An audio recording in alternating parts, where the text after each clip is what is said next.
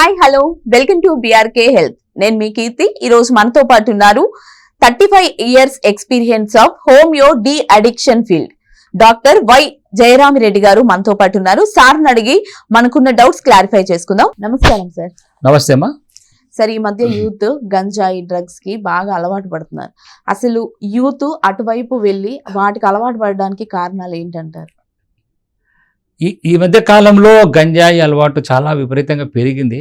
కానీ మన ప్రభుత్వాలు తీసుకున్న చర్యలు కానీ పోలీస్ డిపార్ట్మెంట్ వాళ్ళు తీసుకున్న చర్యల వల్ల చాలా తగ్గింది. కానీ బట్ కొంత ఇంకా ప్రమాదం అయితే ఉంది అనేది మనం మర్చిపోరాదమ్మా.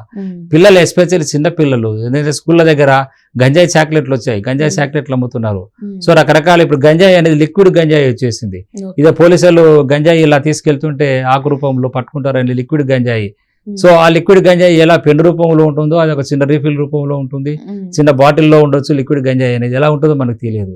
ఇదివల్ల ఎయిర్పోర్ట్ లో పెన్నులు చెక్ చేసేవాళ్ళు కాదు. మొన్న లాస్ట్ టైం నేను అమెరికా వెళ్ళినప్పుడు పెన్ను తీసి వాళ్ళు పెన్నులో రీఫిల్ కూడా చెక్ చేస్తున్నారు, కలర్ ఎలా ఉంది ఇదని. ఎందుకంటే ఆ లిక్విడ్ గంజాయి లాంటి లిక్విడ్ డ్రగ్స్ వచ్చాయి కొన్ని, అవి కూడా క్యారీ చేసే అవకాశాలు ఈ పెన్నుల ద్వారా కూడా ఉంది.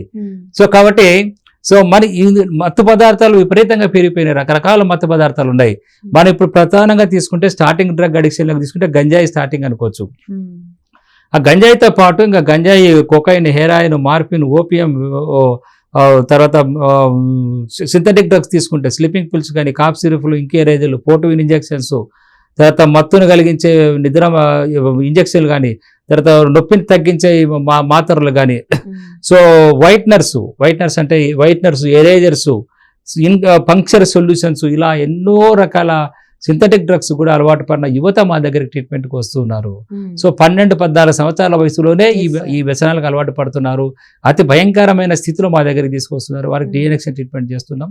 సో కాబట్టి ఈ మత్తు పదార్థాలు పెరిగిన నేపథ్యంలో చాలా పెరిగిపోయింది. చాలా కేర్గా ఉండాలి. ఒక్కసారి మనం ఆల్కహాల్, స్మోకింగ్, ఇతరత్ర వ్యసనాలకు డ్రగ్స్కు తేడా ఏంటంటే ఒక వారం 10 రోజులు ఎవరైనా సరే ఈ గంజాయి కానీ ఇతరత్ర సింథటిక్ డ్రగ్స్ కానీ ఉపయోగించినట్లయితే వారం 10 రోజులు చాలు, ఇంకా వాళ్ళు కంప్లీట్గా దానికి బానిస అయిపోతారు, దాని నుంచి బయటకు రాలేరు. సో అతి తక్కువ టైంలోనే బానిస చేసుకునే యొక్క దుష్పరిణామం ఈ డ్రగ్స్లో ఉంది. కాబట్టి ఎటువంటి డ్రగ్స్ అయినా సరే, ఎటువంటి ఫ్రెండ్స్ దీంట్లో మజా ఉంది ఇంకొకటి ఏ విధంగా చెప్పినా కూడా ఇటువంటి వాటికి దూరం ఉండడమే యువత చేయాల్సిన ముఖ్యమైన పని. అంటే మామూలుగా ఈ గంజాయి తీసుకున్న వాళ్ళ లక్షణాలు ఎలాగా ఉంటాయి సార్? గంజాయి కానీ ఇతరత్ర డ్రగ్స్ కానీ తీసుకున్నప్పుడు మనం కొన్ని రకాల గంజాయి ఎస్పెషల్ గమనిస్తే వాళ్ళలో మానసిక పరిస్థితి డిఫరెంట్గా ఉంటుంది. ఇదివరలాగా బిహేవియర్ మారిపోతుంది. గంజాయి బయటకు వెళ్ళి స్మోకింగ్ చేసేప్పుడు కళ్ళు ఎర్రగా ఉండడము, సో తర్వాత ఎక్కువ బానిస అయిపోయి కొద్దిగా ఐసోలేట్ అయిపోతుంటాడు, ఒంటరిగా గడపడము, సో నలుగురిలో కలవలేకపోవడము, భయం ఆందోళనలతో ఉండడము, ఎక్కువ డబ్బు ఖర్చు పెడుతూ ఉండడము, ఇంట్లో నుంచి డబ్బు ఎత్తుకుపోతుండడం, విలువైన వస్తువులు అమ్ముకోవడము. సో ఇవన్నీ కూడా గమనిస్తూ మన తెలంగాణ ప్రభుత్వం వాళ్ళు ఒక యాప్ కూడా రిలీజ్ చేశారండి. క్వశ్చనీర్, ఒక 39 క్వశ్చనీర్ మిత్ర ఈ యాప్ అని ఒకటి రిలీజ్ చేశారు నార్కోటిక్స్ సెల్ వాళ్ళు.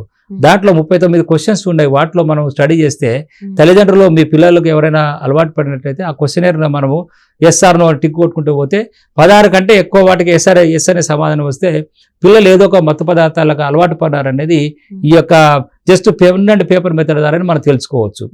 ఆ తర్వాత అలవాటు పడినారని, మత్తు పదార్థాలకు అలవాటు పడినారని అనిపిస్తే మీరు సైలెంట్గా పిల్లలకు తెలియకుండా వాళ్ళ యూరిన్ కానీ బ్లడ్ కానీ శాంపిల్ తీసుకొని 9 కాలం ఫార్మాట్ లేదా డ్రగ్ టెస్ట్ చేస్తారండి. 9 టెస్ట్ కానీ 12 టెస్ట్ కానీ డ్రగ్ చేసేస్తారు.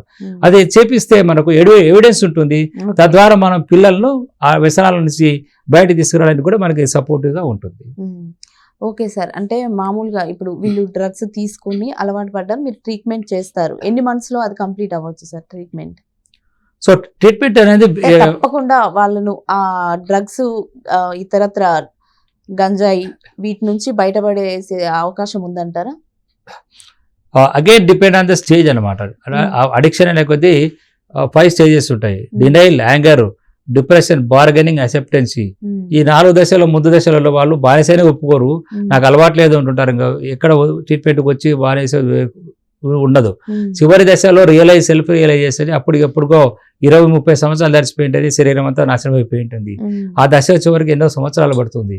కాబట్టి కుటుంబ సభ్యులు గుర్తించినప్పుడు వాళ్ళను మనం డీఅడిక్షన్ ట్రీట్మెంట్ ద్వారా చేయడం వల్ల అతి తక్కువ టైంలోనే మనం ఈ డ్రగ్స్ వ్యసనాల నుంచి హోమియో డీఅడిక్షన్ ద్వారా కంట్రోల్ చేసే అవకాశం ఎక్కువగా ఉంటుంది. సో ఇక్కడ డ్రగ్ అడిక్షన్ నుంచి బయటికి తీసుకురావాలంటే మనం చేయాల్సింది ఏంటంటే ఫస్ట్ ఈ పాయిజనింగ్ ఎఫెక్ట్, డ్రగ్ డిపెండెన్సీ ఏమిటి, మన ఫిజికల్ సిమ్టమ్స్ కానీ సైకలాజికల్ సిమ్టమ్స్, ఎమోషనల్ ఫ్యాక్టర్స్ ఇవన్నీ మనం గమనిస్తూ ఏ స్టేజ్లో ఉన్నారు ఇవన్నీ గమనించి మనం టోటల్ హీలింగ్ ప్రాసెస్ మెడిసిన్ అనేది హోమియోపతి మెడిసిన్ అప్లై చేయడం జరుగుతుంది. ఈ మెడిసిన్ వాడినప్పుడు ఈ గంజాయి లాంటి లేదా ఇతరత్ర మత్తు పదార్థాలకు అలవాటు పడినట్లయితే వాళ్ళకి డిపెండెన్సీ ఆ పాయిజనింగ్ ఎఫెక్ట్ డీటాక్స్ చేస్తూ సో టోటల్ రికవరీ ప్రాసెస్ అంటే శరీరం అంతా కూడా ఆ మత్తు పదార్థాలకు అలవాటు పడి ఉంటుంది, దాన్ని రివర్స్ చేస్తూ ఆ మెటబాలిజం అంతా కూడా డ్రగ్ ఇండ్యూస్డ్ మెటబాలిజం డెవలప్ అయింది, దాన్ని రివర్స్ చేస్తూ మనం టోటల్ రికవరీ ప్రాసెస్ చేస్తూ విత్డ్రావల్ సిమ్టమ్స్ అంటే తీసుకోకపోతే వీళ్ళకి ఏమవుతుందంటే పానిక్ అటాక్స్ రావడం, ఆందోళన, టెన్షన్ అయిపోయిన, సైకిక్ కావడము, టెన్షన్ పడుతుండడం, షేకింగ్ అవుతుండడం, హెలూజినేషన్స్, డిలీరియం, ఈ రకమైన సిమ్టమ్స్ విత్డ్రావల్ సిమ్టమ్స్ గురవుతారు చాలా మంది. అటువంటి